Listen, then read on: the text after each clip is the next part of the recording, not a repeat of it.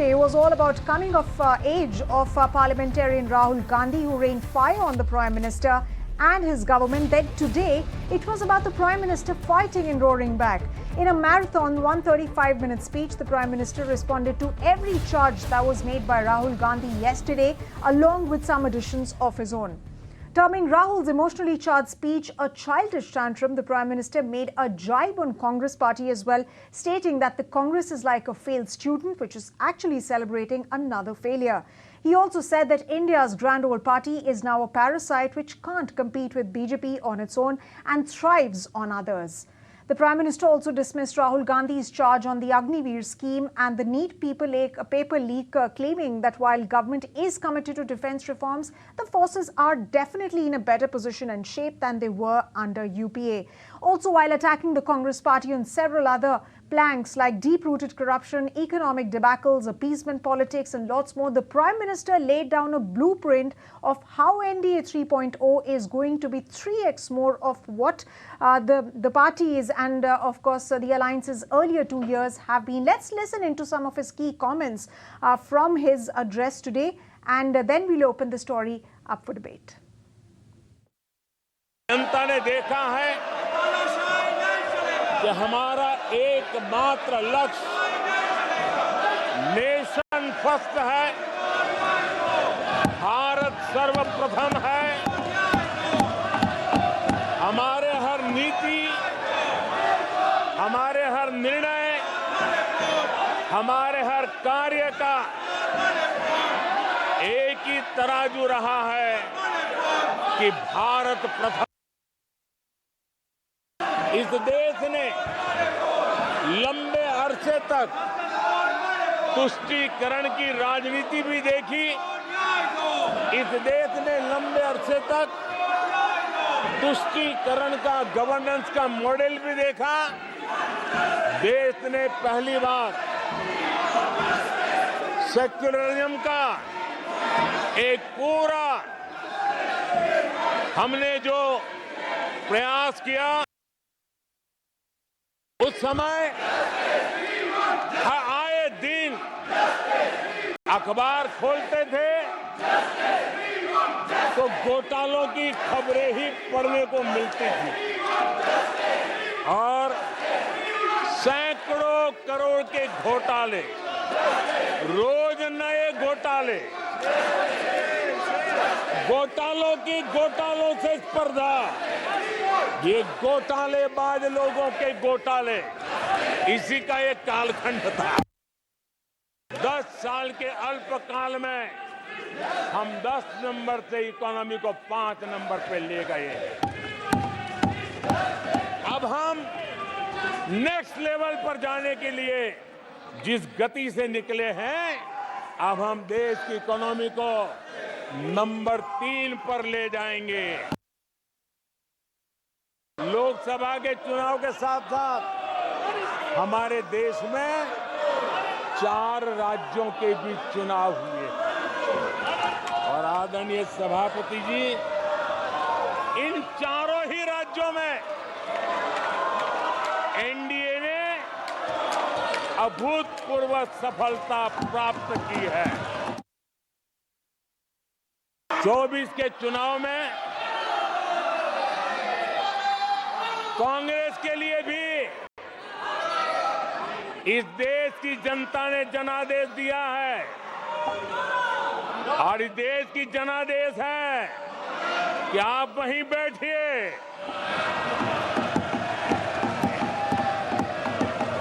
विपक्ष में ही बैठो और तर्क खत्म हो जाए तो चीखते रहो, चिल्लाते रहो। कांग्रेस और उसकी इकोसिस्टम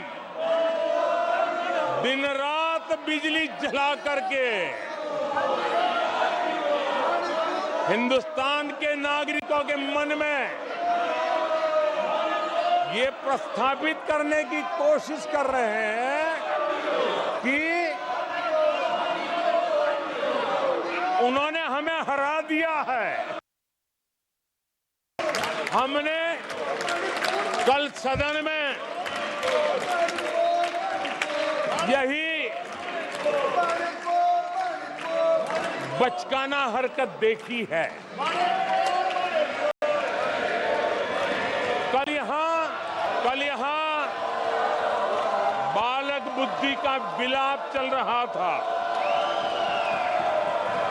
मुझे मारा गया, मुझे इसने मारा, मुझे उसने मारा, मुझे यहां मारा, मुझे वहां मारा, ये चल रहा था। आदरणीय सभापति जी, सिंपैथी हासिल करने के लिए ये नया ड्रामा चलाया गया है।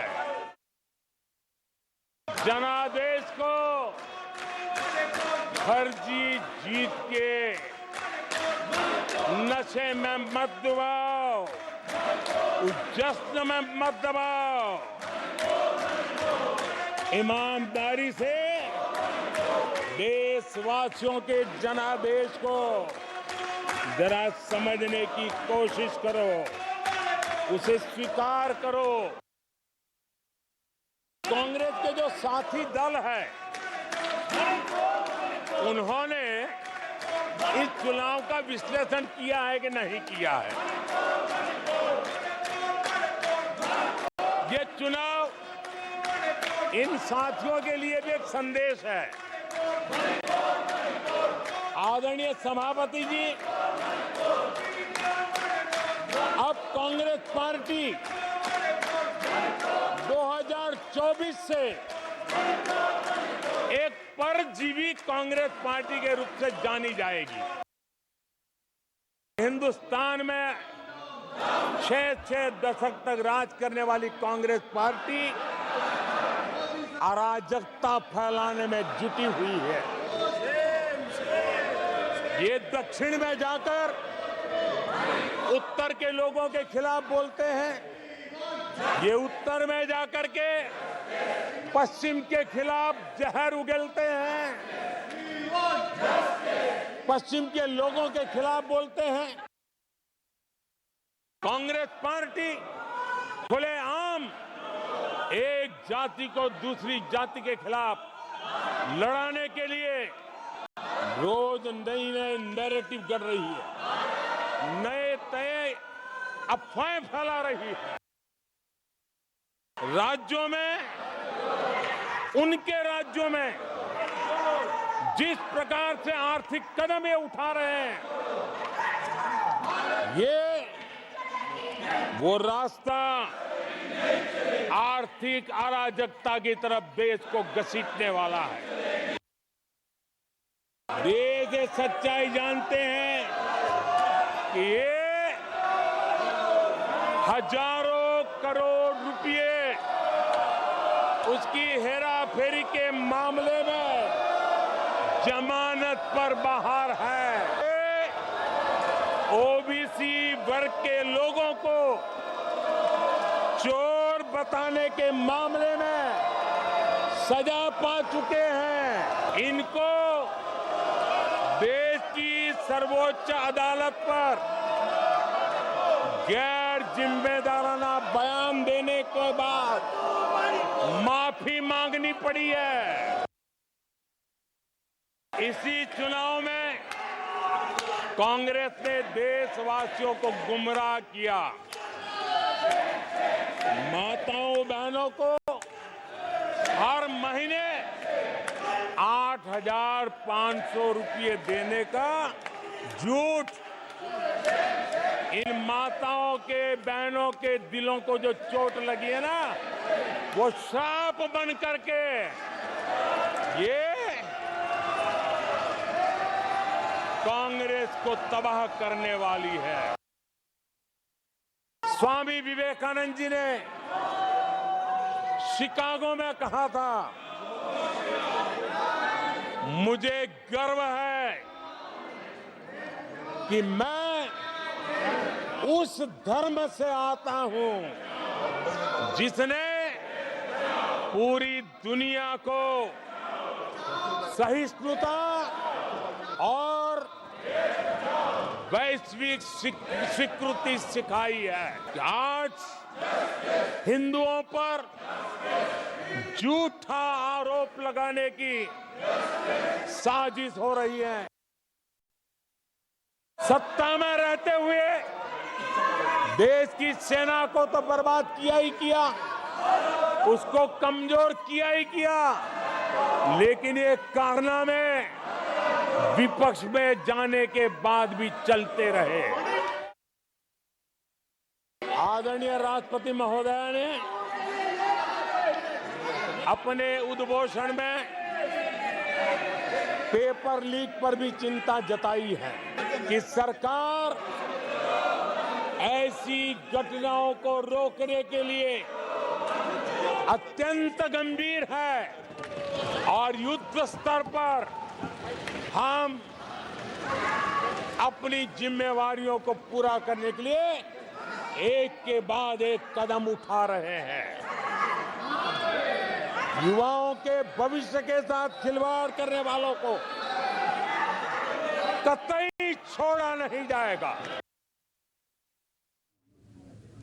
All right, so in a no-holds-bar attack by the Prime Minister on the Congress Party on a whole host of issues in that over 2-hour speech. And let's now take it across to our guests, an expert panel that's joining us tonight, Mr. Sanjeev Srivastava, who's a political commentator, and Mr. Madhavan Narayanan, senior journalist. Thank you very much, Mr. Narayanan and Mr. Srivastava, for joining us. I want to start with a question on ecosystem. To you first, Mr. Madhavan, what does the PM mean when he says ecosystem, and are you part of that ecosystem that he claims is present in the country right now and is perhaps conspiring for the downfall of the country? Thank you for that question, Sumita. It's a very good question. I think there is a Freudian slip when you use the word conspiring, you know. I believe the word conspiracy belongs in the feudal era. In modern times, there is no such thing as a conspiracy as such, unless you're talking about a crime or something. In democracy, it is pretty fair to discuss ideas openly. Now, the reason the word ecosystem is being used is because, let me turn the whole thing in the idiom of the BJP and RSS itself. You know, the word Sangh Parivar is often used to denote a whole combination of institutions, including the Rashtriya Swayam Sevak Sangh, the Bharatiya Janata Party, the Bajrang Dal, the Vishwa Hindu Parishad, and there is a whole lot of other organizations affiliated to RSS, as they call it. Now, the point is there is also something called the Congress Parivar. Now, this is getting very tricky here because the Congress led the independence movement and also played a leading role in formulating the constitution by roping in other parties to have a instrument of consensus that we call the constitution. It's also a modern India that the Congress envisaged. So the media and the freedom of speech, ideas like freedom of speech, institutional democracy, like having civil society organizations like NGOs and civil rights organizations, and the call for independent judiciary with legal aid, all this forms part of what I call the modern ecosystem. For a traditional nationalist who believes more in ancient culture and ideas like, respect for elders rather than respect for chair, on which we saw Rahul Gandhi taunting the speaker yesterday, there is some sort of a cultural fault line between modern Indian idea of what a democracy is and the traditionalist approach. So my reading is Mr. Narendra Modi is sort of not comfortable with a larger ecosystem that speaks for change and progressive modernity rather than continuity of what they believe to be ancient culture.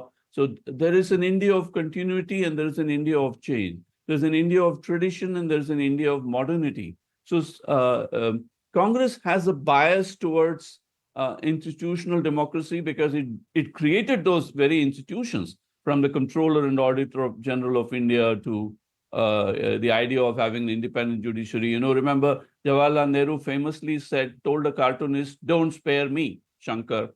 So we belong to that culture of nurturing a modern institutional democracy. And to that extent, traditionals like to see media, although the fact is that the media has been fighting the Congress in the good old days. Remember the Bofors scandal would not have been exposed without Right. the media. The India Against Right. Corruption as a movement, Right, even right, right. Kejriwal was called a creature of the media. Right. Now, so this ecosystem is Right. essentially somebody who's not Sangh Parivar, who you might call them modern Parivar, you might call them constitutional Okay, Parivar, okay. but What about you, they Mr. see Srivastava? Is this ecosystem something that's people who are not really part of the Sangh Parivar, as Mr. Narayanan here is alluding, and why does the Prime Minister need to be constantly warning people about the existence of this quote-unquote ecosystem? Who is he targeting, and what are his warnings really about if it's all about development and a parallel set of a framework that's running in as compared to the traditionalists? See, basically, it's a clash of ideas. It's a clash of idea of India. It's a clash of ideology. What Mr. Modi represents is the Sangh Parivar ideology, a right-wing nationalist, Hindu, if you may, kind of a polity.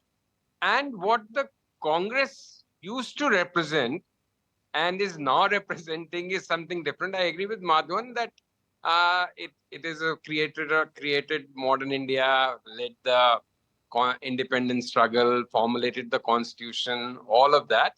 But increasingly, this is a clash between what we call liberals and a little bit left of center liberals and the right wingers. And the centrists are lost in this kind of battle. So the ecosystem is what the BJP and Mr. Modi earlier used to refer to as the Khan Market gang, the Lutyens gang, the so-called the liberal gang. And there is this clash, which now both of them are fighting for that space. Right, and we do hope, that there is some center point that really emerges out of these sparring factions as far as political ideologies are really concerned. Let me now move on to Mr. Narayanan here. Mr. Narayanan, I think one of the key points that was touched upon yesterday by Rahul Gandhi and of course several opposition leaders in the past few days, and of course repeatedly by the BJP as well, and today by the Prime Minister, is about the question of mandate. The Prime Minister today stated that this is the third time that the Congress has not been able to get more than 100 seats and it's a fake win. Who do you think has the real mandate, and is it time for leaders of our parliament to really move on from this question and really get to work, talk about issues that really matter and work towards the development of the country? Sumita, first of all, let me tell you, I'm really loving your questions today. These are the questions that India needs to ask because it's about the parliamentary system that we have. And, the mandate is a lot like the astrological chart where people like to interpret the will of the people in the structure, the way unlike the presidential system where you have one person and usually from one party, in a multi-religious, multicultural, multi-ethnic country like India, the parliamentary mandate is interpreted like a tarot card or something. And to that extent, it is a good one because it likes to read what we call the wisdom of the crowd. But overdoing it, I agree with you, is not correct. So Mr. Modi likes to read the fact that Congress has got only 99 seats and yet why is it laughing and why is it celebrating? On the other hand, the Congress may point out to the fact that, you are a coalition government and therefore the mandate is not as strong as you see, call it. Everything from the 3 lakh reduction in the victory margin in Varanasi to the fact that Telugu Desam has to support Congress, BJP can be read into this. But I agree with you on very important factor. I've been tweeting about this today, which is that we are living too much in the past and reading the tea leaves too much. The NEET scam, there has been a horrible stampede in Hathras where 107 people have died on last count. And I see this as a symptom of what I call the demographic transition. People like Dr. Raghuram Rajan say that, 1 million people are entering the workforce every month. Dr. Subramaniam Swamy, who was actually instrumental in hoisting Mr. Modi to the chair where he is right now by exposing the 2G scandal, has written an editorial page article in the Hindu where he says this government's economic policies are simply not up to the mark in addressing this huge surge of job seekers that are coming. He talks about millions of them. So on top of that, there are irregularities, not only in the examination system, but also, let's say, in waterlogging, air pollution, the way we are not able to manage rains or even for forest fires and things like that. There is a elephant in the room should have been climate change in a demographically strong country, in a developing country is a big issue. All this is being negated by too much of what they call tutu meme. And I think that is something in fact, I have shifted the responsibility to the media for better or for worse, because somebody has to call a spade a spade. The opposition and the ruling party are too busy scoring points on personality-oriented attacks. We need more substantive discussions in Parliament on issues, policies, allocations, outlays, priorities. How do you define infrastructure? Is it just highways and ports, or does it also include public transport and cleaner drainage and better hygiene conditions? We need more solid debates, better governance. Right, Mr. Is Ryan. more, yeah. So we need better governance, and the word governance has many, many dimensions. Right, Mr. Narayanan. Let me now go across to Mr. Srivastava. Of course, a valid point being made by Mr. Narayanan that we should be focusing on issues of the present day issues that really have a bigger bearing on the lives of people like you and I, for instance. But looking at the tone and tenor of the Prime Minister's speech and the topics that he really touched upon, he really did speak about Hindus. He did speak about the Congress parties and the economic debacles. He also spoke about what his vision for Viksit Bharat really is. He did speak about NEET, but you think there's more as far as the present issues could have been spoken about, and what was missing in your opinion, Mr. Srivastava? Well, it has been a very brief session, and just for the sake of striking some kind of a balance or getting all points of view through on your debate, I would say what you asked Madhavan about mandate. The mandate is quite clear. See, the mandate is that we have returned to normal times as far as Indian polity is concerned. Like Prime Minister said today, since 84, nobody got a clear majority till 2014. So we are back to the era between 84 and 2014, when for 10 years Modi ji and BJP enjoyed a clear majority. And so they have to get adjusted to the new reality. A number of 240 of BJP alone and NDA 293 would have looked very healthy and respectable in normal times. And it is. But because of the claim they made of 400, there's 370, that's why it looks like a defeat. And since the Congress was so badly vanquished in 14 and 19, that 99 looks some kind of victory. So this mandate is clearly for a coalition government which takes everyone along and for a strong opposition. Both sides have to learn to play that game. Both sides are not giving any indication of playing that game so far. Modi ji finds it very difficult to change, perhaps. And Congress and opposition, I somewhat sympathize with them because the 10 years, the manner in which they were treated and really completely ignored or just victimized in a way, that they will come to the task of playing a constructive, sensible opposition. It will take its own time. But the mandate is clear. This government, unless something dramatic happens, is there to stay for 5 years. And this opposition, unless something dramatic happens, is a very strong opposition. They need to, you need two hands to clap in this amount, need to clap together for the sake of the country. But like Madhavan was saying, that instead of substantive so issues, Mr. there's just too much of Narayanan, is the BJP, the NDA, not really adjusting to the new reality, as Mr. Srivastava is pointing out? Does it really seem like they're not being able to adjust, that they now have to live with a coalition government? What do you really make of the Prime Minister's speech today, the tone and tenor in which he was speaking, and of course, the way that he lambasted the Congress and attacked the leader of opposition?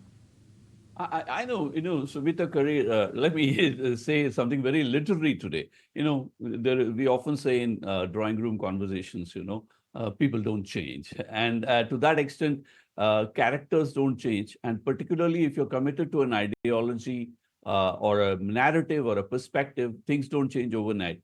But there is also the fact that, let me get artistic today. My favorite painting, one of my favorite paintings is Salvador Dali, Persistence of Memory.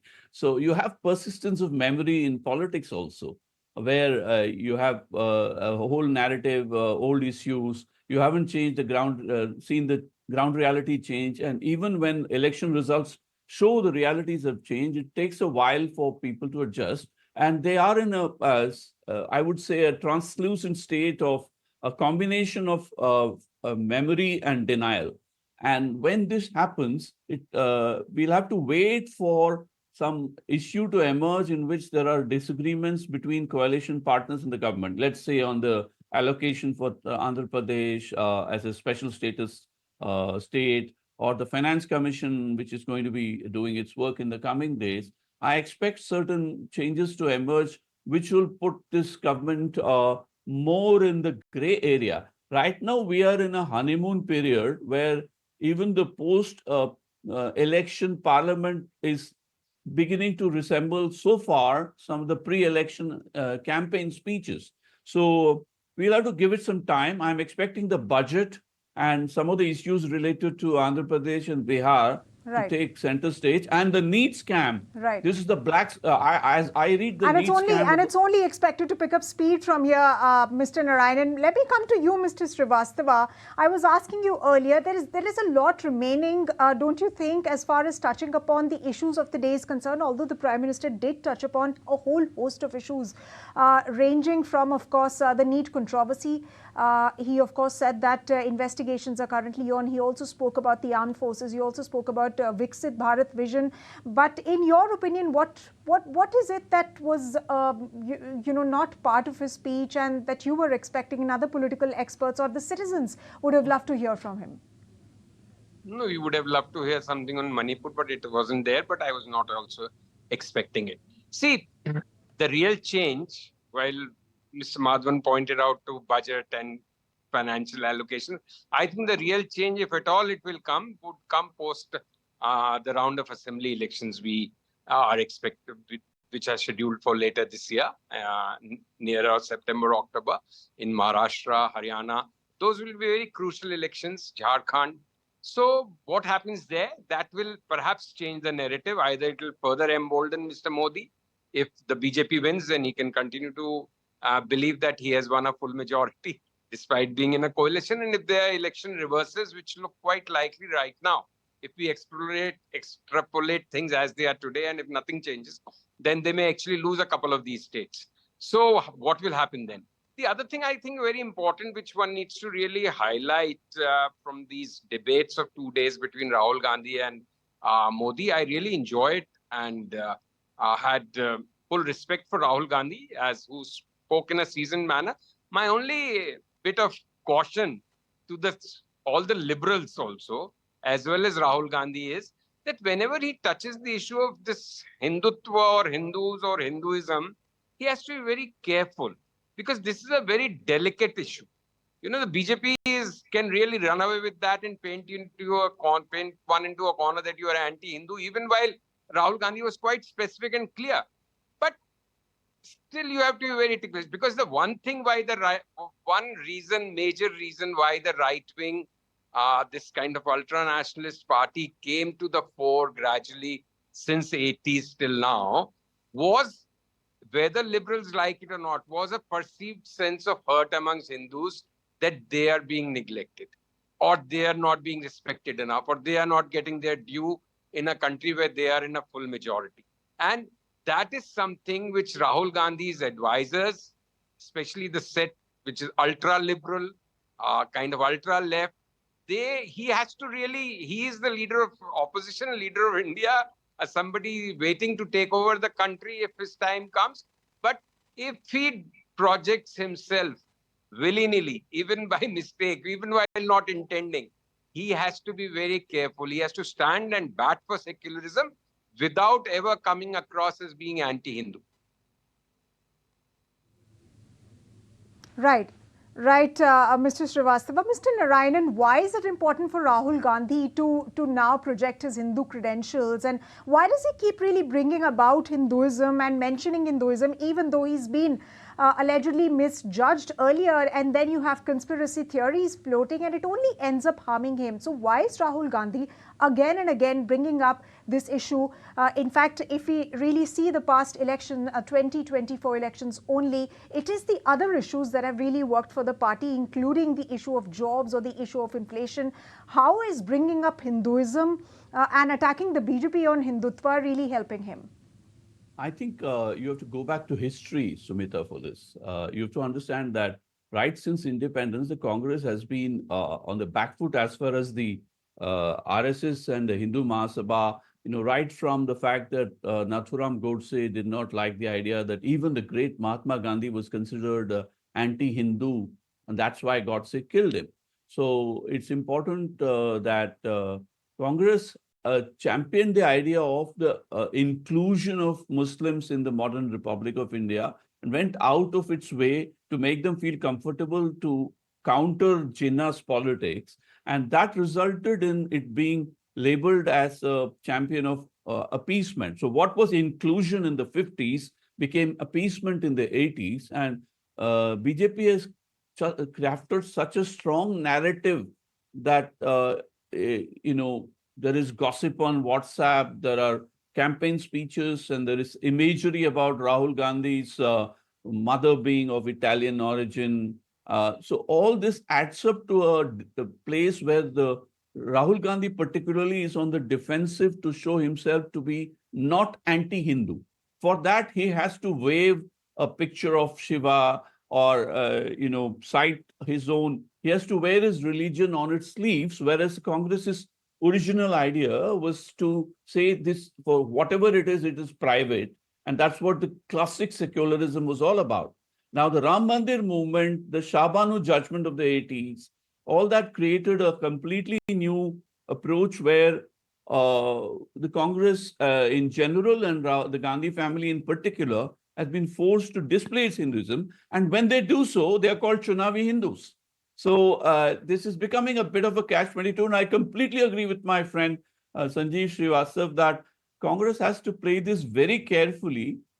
Being seen as anti-Hindu is bad. And if you're going to be falling into a glib kind of liberal criticism, you will be seen as flippant, or you'll have to be extremely careful in the substance, the words, and the style in expressing. Your interpretation of the Hindutva or Hinduism that you're professing.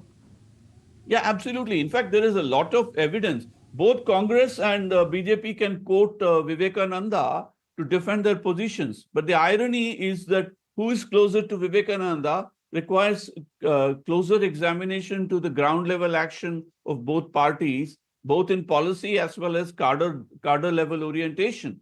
And the biggest danger that the Congress and Rahul Gandhi are facing is to fall for what we call the Khan Market gang, where, some kind of slightly out of the loop, cut off idea of modern bohemian liberalism is being peddled off as secularism. And that is electorally a disaster for Congress if they don't know how to play the game. Right. Mr. Narayanan and Mr. Srivastava, thank you very much. We're completely out of time, I'm afraid. I would have loved to touch upon some other issues as well, including that of the opposition's conduct in the parliament today. But maybe that's for another time. Thank you very much on that note for joining us this evening.